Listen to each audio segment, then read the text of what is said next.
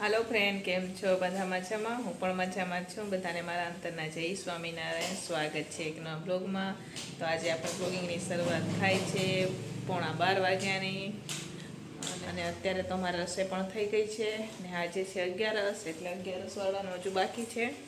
તે ચાલે છે સાંભારની ખીચડી અને ટમેટાની સાંભારની ખીચડી અને ટમેટાનું આપણે શાક બનાવશું, બરાબર, એ લોકો માટે. અને બાકી તો નીચે દાળ ભાત અને રોટલી શાક ને એવું થઈ ગયું છે. હવે સલાડ બનાવવાનો બાકી છે, પછી ટિફિન ભરી દઈશું. તો આના પહેલાં 11 હતી ને તો અમે દાળ ભાત ને એવું બતાવ્યું હતું. તો એક કોમેન્ટ એવી હતી કે બેન 11ના દિવસે દાળ ભાત ન બનાવાય.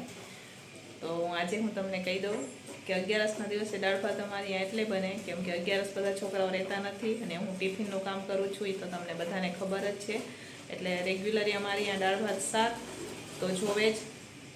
રોટલીને અમારે છોકરાઓને સાંજે પણ ખીચડી જોઈએ ટિફિનમાં, એટલે સાંજે પણ ખીચડી કા વઘારેલા ભાત એવું તો હોય જ.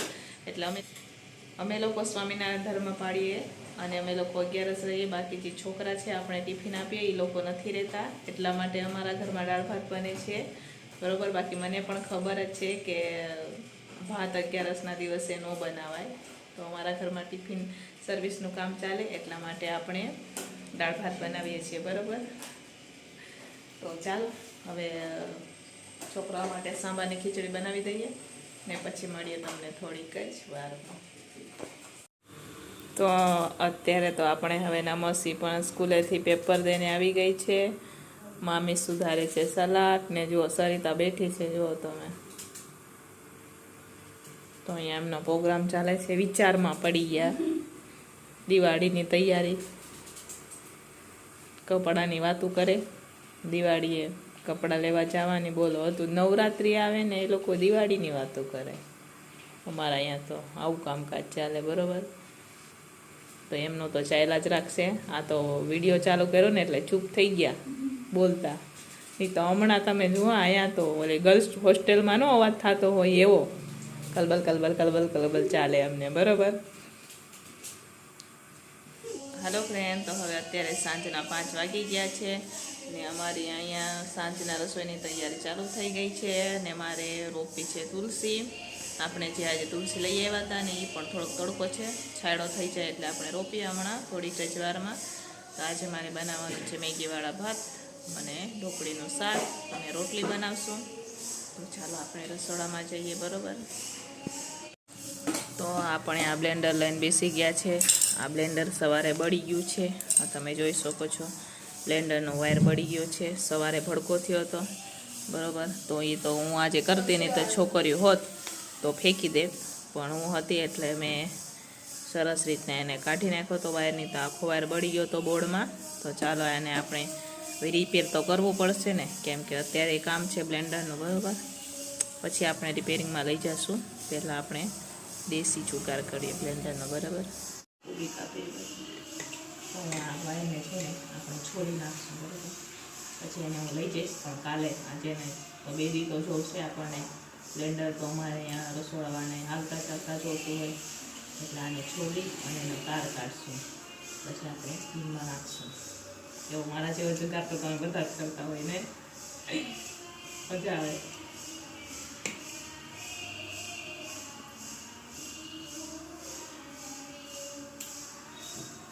તો અહીંયા સરિતા હવે મરચું ખાંડી રહી છે ને એમાં અમે દૂધી સુધારી રહ્યા છે.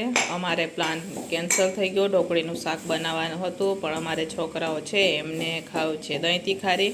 તો અમે જ્યારે દહીં તીખારી બનાવીએ ને એમાં અમે દૂધી નાખતા હોય. દૂધી વધારે હોય તો દૂધીનું જ બનાવીએ, નહીં તો પછી અમે બટેકા નાખી દઈશું, બરાબર. તો અમે એવી તીખારી પણ બનાવીએ દૂધીમાં દહીં નાખીને. તો એ છોકરાઓને ગમે છે. તો મને કીધું કે ભાભી શું બનાવો? મેં કીધું ઢોકળીનું શાક. તો એમને કીધું કે દહીં તીખારી બનાવો. તો આપણે દહીં તીખારી બનાવીએ, બરાબર. છોકરાઓને ખાવું હોય તો આપણે બનાવી દેવું પડે, એટલા માટે અહીંયા સુધારવાનું કામકાજ ચાલુ છે. અહીંયા મારી પાછળ ભાત બની ગયા છે, તો એ ઠંડા થઈ જશે એટલે આપણે સરસ મજાના મેગીવાળા ભાત બનાવી દઈશું, બરાબર. મસ્તીની દૂધી આવી છે આ વખતે તો અમારે પણ છે ને દૂધીના અત્યારે ભાવ બહુ વધી ગયા છે, બહુ મોંઘી દૂધી થઈ ગઈ છે. અત્યારે તો દૂધીની સિઝન છે તો પણ બહુ મોંઘી દૂધી થઈ ગઈ છે. બરાબર, મારે દૂધીનો જ્યુસ પીવું હતું પણ છોકરાઓને દૂધીવાળી દહીં તીખારી ખાવી છે તો આપણે હવે એમની ફરમાઈશ પહેલાં પછી આપણી, બરાબર, આપણે તો નેક્સ્ટ ટાઈમ લઈ આવશું દહીં પી લઈશું. તો ચાલો પહેલાં આપણે દૂધીનું શાક બનાવીએ. તમારા સાથે પણ શેર કરું કે અમે દૂધીમાં કેવી રીતના દહીં નાખીએ અને બનાવીએ. બરાબર, તો વિડીયો છેલ્લે સુધી જોજો. તો હવે આપણે દૂધી બટેકા સુધારીને લઈ લીધા છે, આ તમે જોઈ શકો છો, સરસ કટિંગ કરી લીધા છે. અને આપણે વઘારવા માટે તેલ પણ કુકરમાં રાખી દીધું છે. તો હવે આપણે વઘાર કરી લઈશું. પહેલાં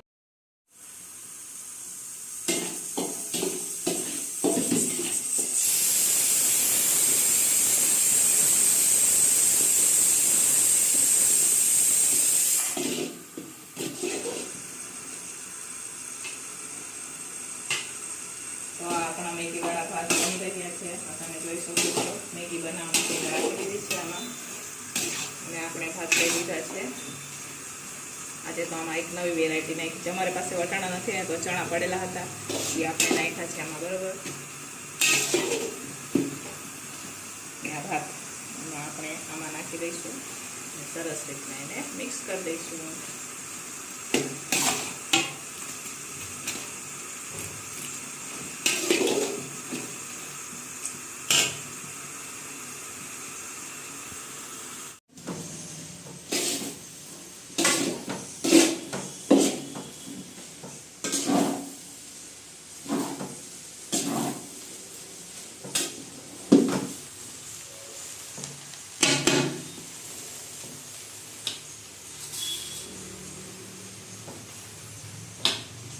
તમે જોઈ શકો છો આપણા મેગીવાળા ભાત બનીને તૈયાર થઈ ગયા છે. તો અહીંયા આપણે હવે દૂધી બટેકાનું આ શાક થઈ ગયું છે ને મેં એમાં દહીં નાખી દીધું છે, તો તમે જોઈ શકો છો. તો આપણે હવે સરસ રીતના એને હલાવી લઈશું. કુકર નીચે આપણે ઉતારી દઈએ ને એ પછી દહીં નાખવાનું. સરસ શાક ઠંડુ થઈ જાય ને એ પછી હું દહીં નાખું છું. તો આ શાક અમારે અહીંયા છોકરાઓને બહુ ગમે છે.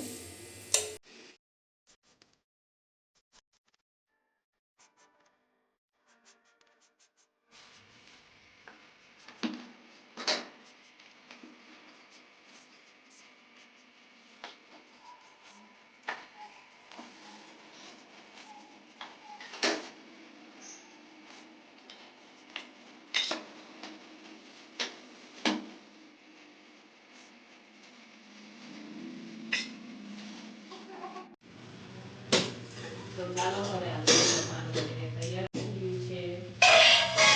જમવાનું કરી દઈશું.